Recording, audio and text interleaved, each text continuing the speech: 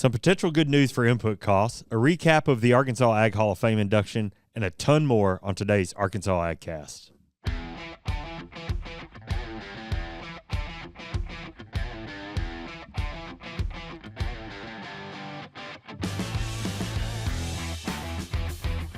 You're listening to the Arkansas AgCast, where we discuss the latest news, trends, and issues impacting Arkansas farmers and ranchers. Our show is brought to you by the Arkansas Farm Bureau Federation and hosted by Jason Brown and John McMinn. Hello, Mr. McMinn. I'm back. You are back. We got you new intro music. You're here for that week. You leave for a week. Yeah. Just kind of come and go as I please. That's it. I got y'all hooked. We haven't had the PTO discussion yet. If you can get me more. Well, you made your 90-day probationary period, but we haven't talked about PTO. So, well, I'm sure it's on a accrual basis. You stay pretty busy is the issue. Yeah. Matter of fact, we're recording a little early today because you got plans. We've got a big trip coming up, Commodity Classic, but January and February are just busy seasons. Plus, all some of the new stuff that's been going on in our in my role. So yeah, it's picked up quite a bit. Yeah. Well, you stay busy. I was in your office. We were talking about the show this morning, and I'm not joking. You had a binder about as thick as that on-air sign right there. Yeah, we finally finished our funding meeting for the Soybean Promotion Board the other day, and I've got stuff scattered around my office. I'm not as organized as I need to be right now, but I'll address that when I get back. I wasn't calling you out. I was just saying. I'm an honest person. I'm an open book. So that's one thing that John and I have in common is he's working on the soybean checkoff now, helping out those guys, and I had worked with them for a long time before I came to Farm Bureau, so I can relate to some of the stuff. Jason kind of gives me little, look out for this, or maybe be prepared for this, or it's like, all right. It's mostly just everybody's great and everything's gonna go well. It is. And I'm gonna stress regardless. So yeah. Well, it is a beautiful day, and I am going to follow that up very quickly with we are recording this on Tuesday, because by the time you are hearing this, we're going to be cold again. It's going to be raining again. I hadn't even had time to look at the weather. Man, yeah. It will be 80-something in Orlando, though. I was going to say, you're headed in the right direction. I wear shorts for the first time in several months. Yeah. I think it's going to turn off chilly tomorrow and be rainy Wednesday and Thursday. I read one of the meteorologists said we've got a chance of another 3 inches of rain the next couple of days. I poured 5 inches out of my rain gauge on Saturday. It's going to slow down planting. So. I'd really like this rain to hold up quite a bit. Well, I think everybody is soaked. Yeah. I drove to Northeast Arkansas on Friday. There's water everywhere. Yep. You couldn't get in a field with, I don't know. I mean, anything. Tracks. Knee boots? Yeah, I don't think. Yeah, I don't know. I'll tell you where it's not been raining. Where's that?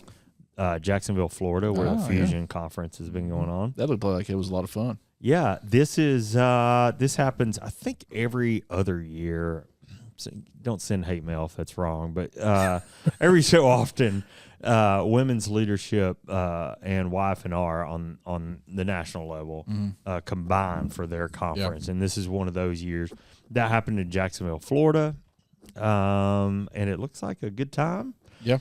I tell you, I saw Josie Webb, previous intern of Arkansas Farm Bureau. She was competing in the discussion meet down there and did quite well. So congrats to you, Josie. Congratulations. And there's lots of photos, videos. We had Shaylee from our team was down there capturing all the sights and sounds. You can see a ton of that. I know there's a Flickr album. There's a video almost every day from that coverage. So if you're interested to see what they were covering and talking about, it's been all over my social media. Yeah, that's a good thing, man. It's a good when those folks take the time to commit, be away from their families in some cases, be away from their operations. Oh, and by the way, they were just here. I was about to say we've already had several events here in the state that they've been at. You gotta give them some props for taking the time and making Arkansas Farm Bureau better as a result. Making us look good. That's it. There's some congratulations in order. Okay. Mr. Terry and Miss Lori Dabbs of Stuttgart. They've been named regional winners of the 2023 Conservation Legacy Award by the American Soybean Association. Oh, nice. Yep. Nice. They will be recognized at the Quantity Classic in Orlando. You'll be there? Yep, I'll be there. Cheer them on. Make sure and get by there. I will. I'll take some pictures for you. Thanks. Yeah, but the Conservation Legacy Award is a national program designed to recognize the outstanding environmental and conservation achievements of soybean farmers. Yep. Which help produce more sustainable U.S. soybeans. And then they're kind of the selection committee's name are apprised or made up of professionals in the industry, from farmers to natural resource conservatives. Oh, nice. And you name it. Yeah. Agronomists. So folks that know what they're talking about. Yeah. Well, cool. Big thing. Congrats to the Dabs. I do think if we haven't already, we'll put something up about that on our Facebook page. Yep. So and they're from Stuttgart. You can see that. My hometown. Mm-hmm. Watch out, Arkansas County. Yeah. All right. Well, congrats to those guys. We talked about weather, talking about, commodity season, I guess, if you will. Right now, have you heard anything about planting? I personally haven't. That doesn't mean it's not going on. Yeah. I haven't been able to get out of the city quite much lately, Yeah. so I would assume there's probably somebody, the way farmers are, somebody's itching to get in the field, if not all of them, Yeah. Well, we just had the Farm and Gin show, 2 weeks ago, Yep. and I told somebody, that show is completely dependent on weather conditions because if I've been over there when it's 70 and sunny, it's a ghost town. Oh, yeah. Should be. But as wet as it was and as chilly too as it has been until this week, I don't know. I've seen a couple of things here and there, Arkansas wise, definitely the very southern part of the state. Yeah. Happening. I think I saw some northeast, maybe Louisiana, planting, but not much in the way of any activity. Yeah, I just think it's too wet. We just had our soybean promotion board meeting, and nobody really mentioned it. Yeah. Of getting in the ground yet. Yeah. And everybody was there, so. Well, that's probably your first time. Yeah. I do know. I took a look, and USDA, as y'all know, if you listen to this podcast for any amount of time, we'll always give you planting progress and then crop progress on the back end of the season. So I did notice that March 13th, next week, Tuesday, I think it will be the first planting progress report from USDA for Arkansas. Proof will be in the pudding then, I guess. I'm interested those to numbers see. to be dismal. Yeah, they're not going to be record highs. By Matter of fact, we probably won't go weekly reporting just yet. No, especially as wet as it is. And more rain to come. More rain this week. So yeah. I know the White River's up pretty high because our deer camp is inaccessible at the moment. Is it really? Turkey season coming up. Yeah, we've got plans this weekend that involve proximity to the White River. Yeah. And I need to make a phone call and see if that's still even possible. Yeah, well. But anyhow, and then there is quite the benchmark controversial happening this weekend. Daylight savings time. Is it Trigger Tuesday? It is. Oh man. It's a soup menu. I didn't know you had these feelings. Daylight savings time. Brian, you do trivia. Well, you used to do trivia. Now you just make us look silly.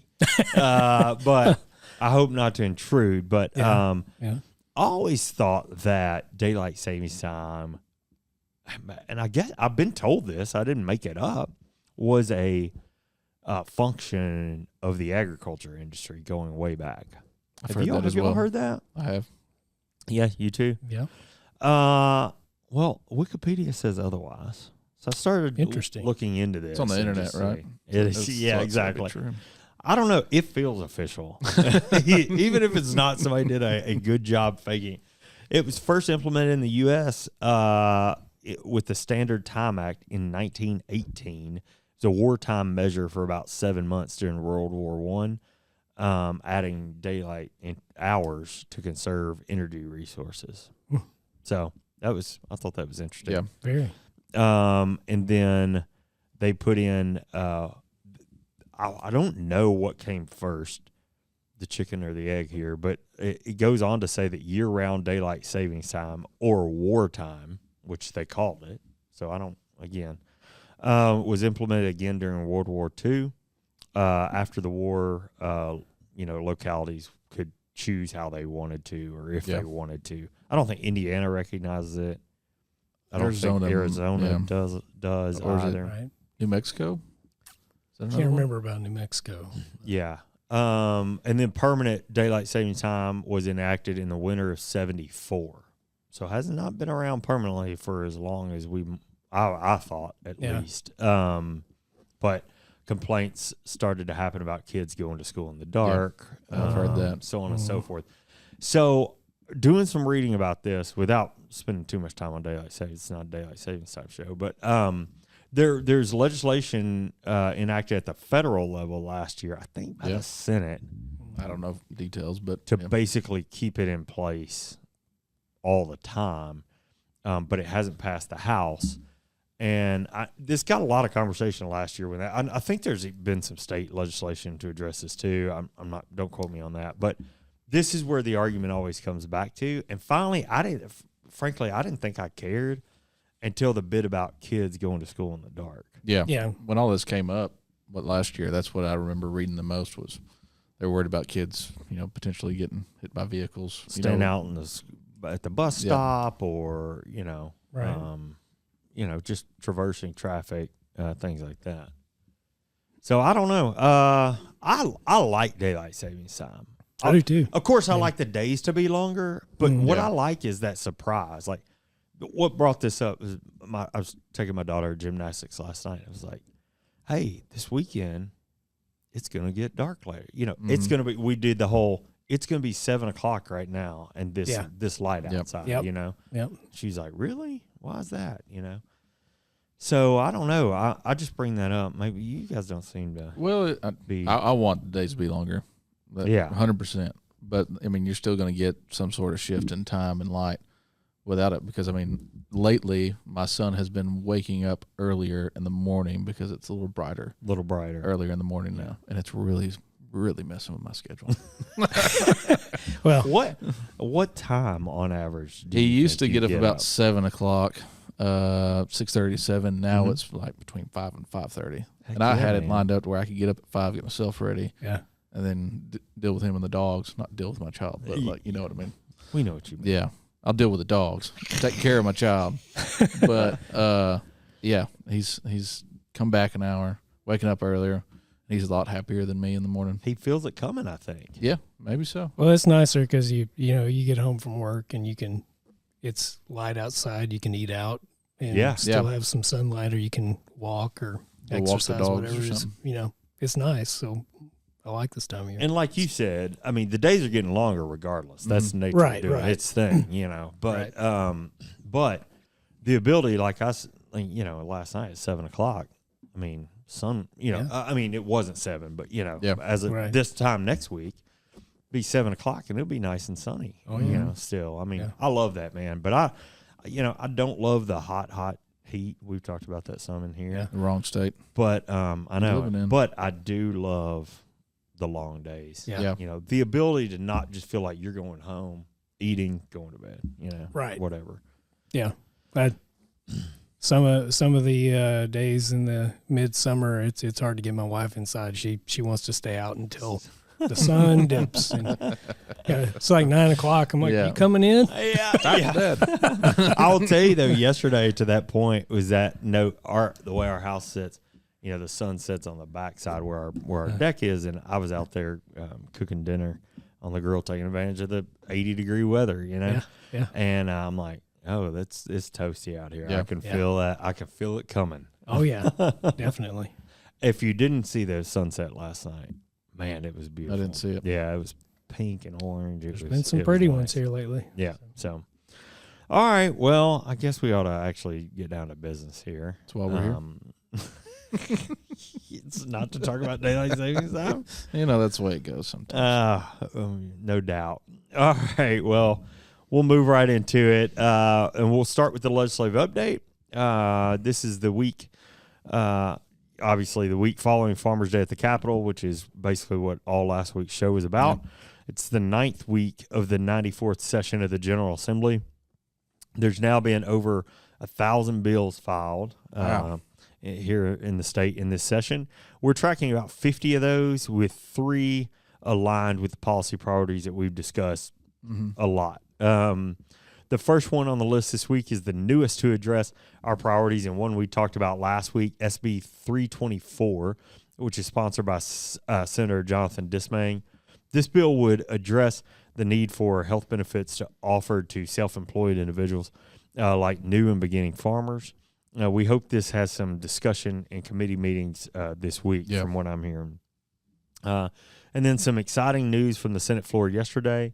HB 1336 passed the Senate unanimously, and it will be headed to the governor's desk for signature. As you recall, this bill passed through the Senate Education Committee while we were there last week, and passed the legislative threshold. That was the last threshold before reaching the Senate floor yesterday. Okay. That was fun to watch. It was unanimous. We watched it on television back in our hall. And there are a few other ag-related bills moving around the Capitol this week. SB 246, SB 338, and HB 1434. That may interest, some of those may interest our listeners, John. Yep. You can certainly find the details of each of those in our legislative update emails, which goes out on Mondays and Fridays. If you don't get that, you can subscribe by texting ARFB to 52886. Yeah. All right. You want to keep it moving? Yep. Here we go. I always enjoy giving some good news on the podcast, because as an economist, that's pretty difficult to do sometimes. It can be doom and gloom. But anyways, retail fertilizer prices have been trending down. They're getting lower. So that's great news. That's been going on since the new year, and we, what I've been saying is we're expecting that to continue going down into March as well. Really? Yeah. Are you going to tell us why? I'll try. Okay. I'm seriously interested in that. So all 8 of the major fertilizer prices are once again lower than last month, with 5 of those fertilizers having significant price drops of 5% or more. Nice. Fertilizers with the largest decline from last month were so I'm not really familiar with these type of fertilizers. I tried to do some research, but so kind of some acronyms here. UAN 32 had a 12% drop. UAN 28 had a 10% drop, and those were the biggest ones. Big drops. Yeah, those are. And hydrous followed with a 9% decrease from February, and potash and urea falling 6%. Okay. The remaining 3, I'm not really sure if that's DAP or DAP. Yeah. But DAP and MAP, as well as 1034-0, were down just slightly. Okay. Yeah. The fall in fertilizer prices can be attributed to weakening demand and further reductions in natural gas prices in Europe that incentivize production in the region. It is important to note that these prices are falling from record highs during geopolitical issues such as the war in Ukraine, and sanctions placed on countries such as Belarus, which I found this pretty interesting. They supply 20% of the world's potash supply. Oh, my goodness. I had no idea. China, another one with sanctions, who is another major exporter of fertilizers, as well as Russia, who has historically provided 20% of the global fertilizer supplies as a whole to the world's as the world's largest fertilizer exporter. Yeah. I knew they were big, but I think another thing to note, just kind of ending on this, the U.S. only accounts for 7% of global production. So if you're kind of thinking, why don't we, do more of our own? We're only at 7% of the total production in the state. Yeah, or 7% of I said that right. If I remember correctly, there were a couple pieces of legislation enacted around COVID, not around COVID, I guess post-COVID time, maybe in the last year or so, to try and move some of that production over here. I wonder if there was any movement on that, and if we don't know now, we should find out. Yeah, we definitely should. With the last president, they were more focused on more production of our own products and here in the country instead of being so dependent on international countries and imports. So I could definitely see that, and I think that's also been talked about here in the state as well. Yeah. Okay. Well, I'd love to hear more. That's very interesting. We can keep tabs on it going forward and see where it goes. Absolutely. It sounds like whoever's naming the fertilizers is a Marvel fan. Is that what you're picking UAN up? 32, UAN 28, anhydrous. No, I looked all that up last night. Now I can't remember exactly what those stood for. Interesting. Yeah. But I can bring that back next week. Okay. Interesting. Well, whatever we need to do. But let's go ahead and take a short break from the news to hear a bit about our foundation and the role it plays in Arkansas. At the heart of Arkansas are its farm families. The Arkansas Farm Bureau Foundation works to provide financial support to rural communities. Since its creation, the foundation has donated more than $1.5 million to community disaster assistance, Ag in the Classroom materials, MASH scholarships, support of Arkansas FFA and 4-H, sponsoring local events, and donations to other charitable organizations. Through our efforts, we have had the opportunity to impact lives in every county in the state. We believe by investing in local communities, we will improve the lives of Arkansas families. Help us ensure the future of agriculture and the rural way of life by donating today.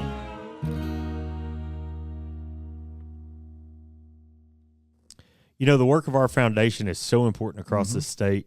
If you've not taken the time to learn about its work, you can do so at arfb.com. Yep.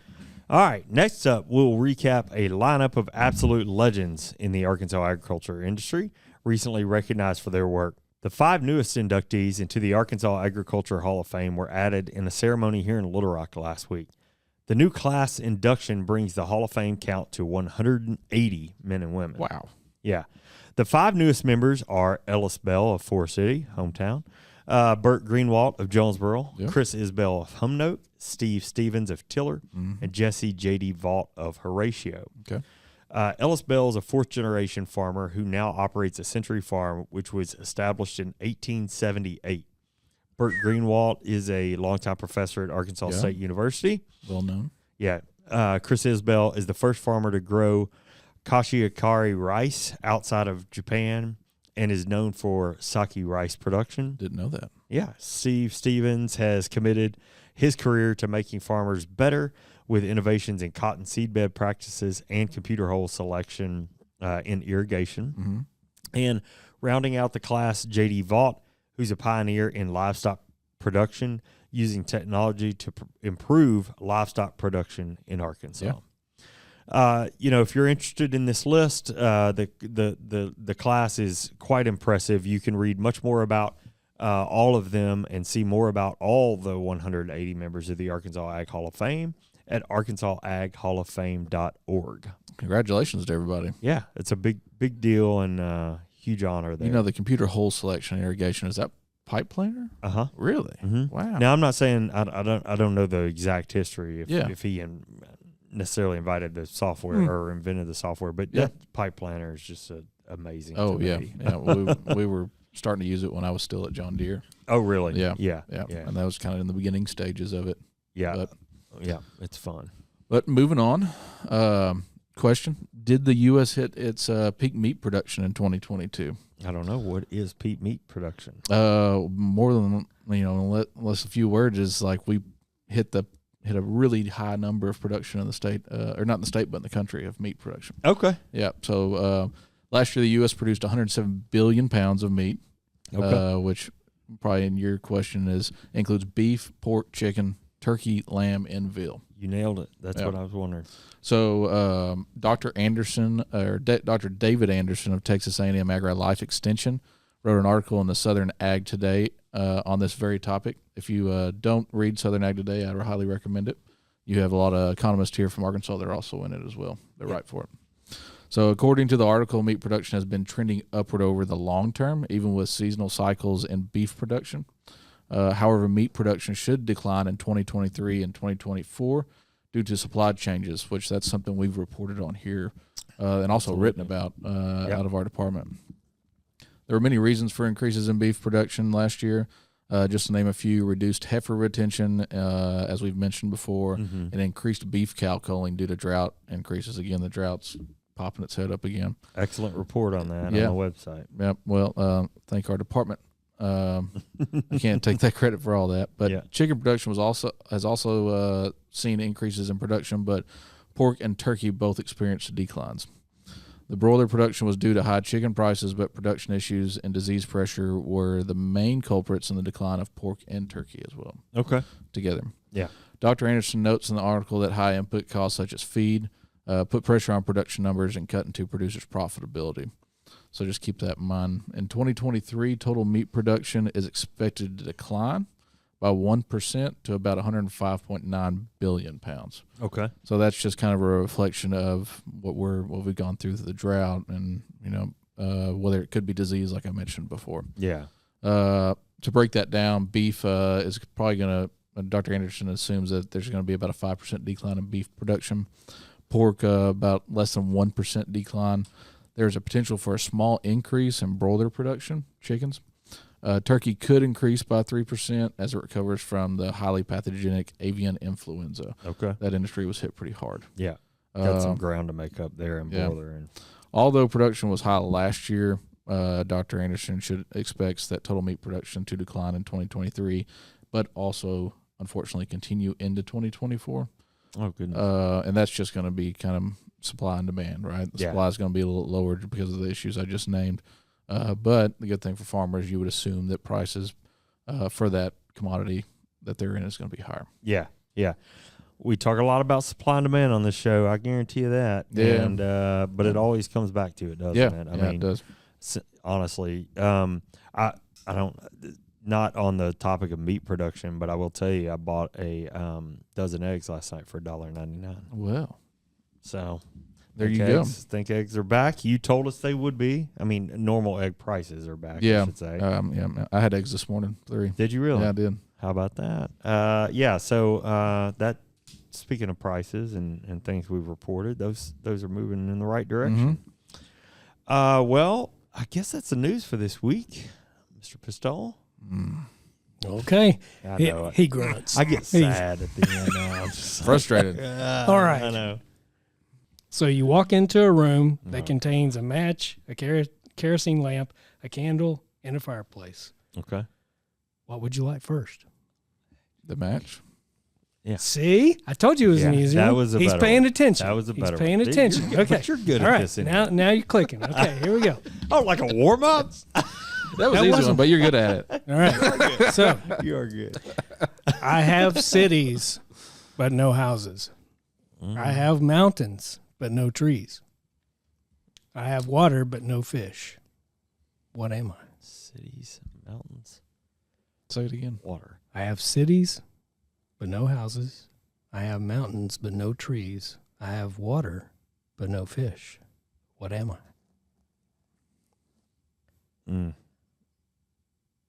I have no idea. Not even a guess. Cities but no houses, yeah. mountains but no trees, and water but no fish. Yes. So you have cities, mountains, and water. And water. Right. Cities, mountain, and water. I don't know. He's zeroing in on it. No, it's a plan. He's noodling on it. I can tell. I can't spend any more time. A map. Yeah. That's correct. That's accurate. I wouldn't have got that. Okay. Oh, goodness. What runs but never walks,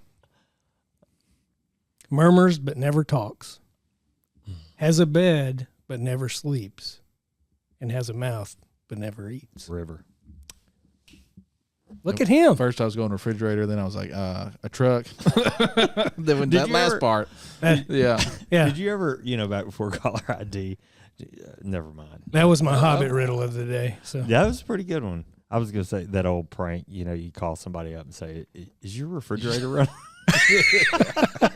pretty much. I mean, that's what it felt like. But then I realized, our age difference, you probably never, okay. I tried to take it easier on you today. So I appreciate those that. were pretty I good feel a ones. little better Yeah. about things. Well, I will say in a meeting the other day, somebody called me out.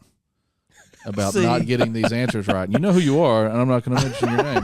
Yeah. But I just got that one right. Well, they are So listening give at the props. moment. Yeah. So what that told me was the people are listening. Yeah. That's true. But the way they approached me were like, I've got something I need to talk to you about. Yeah. It'd already been a stressful week. I was like, man, what'd I do? What this time? Come on, let's. Yeah. I've been having them come up to me. They're like, "You stumped me too." Yeah. Then they finally admit it like that. You Yeah. know, Yeah. they're like, Yeah. I hadn't got any of them right either. Yeah. I had a similar occurrence where somebody came up to me and said about the woods, how far can you walk into Yeah. the woods with it? Yeah. And they're like, I've asked 15 people that question Yeah. and nobody's gotten it right. I said, well, thank you. Yeah, You made me feel Jared was on here last week, a special guest, and I still think he might have listened to it or he'd heard it before, but he was like, halfway. better. Yeah. Yeah. Hey, you got it. Yeah. We dropped that one on him. Yeah. But It was fun. It was is good. fun. It was good. All right. Well, cool. Well, we did pretty good. Yeah. I'm proud of I got us. one right for the first time in 2 weeks. Yeah. 3 weeks. And I think you guys did great. Just have to tone it down a little Kudos bit to you. to our Yes. level. Yeah. Well, I haven't told you guys because I didn't want you to be embarrassed or anything, but these are riddles for kids. So. That's what it was titled. I'm sorry. But Matthew, I'm not I'm going that to need you offended. to go back 5 seconds and cut this audio. Oh, my gosh. I was Well, saving that for today. So, you know, there you go. compared to worse. You've already changed the name to Stump the Host. So, you know. So you question our intellect, but due to age requirements for these questions. But then you also inferred that I may need to go to the penitentiary. So We're just a big old bag of insults around here. There you go. Dishing it out. Well, that wraps up the news for this week. Thanks for following along with the Arkansas AgCast. We're grateful for you taking the time to watch and listen. remember, you can catch new episodes on the show every Thursday afternoon. Find video episodes on Facebook and YouTube.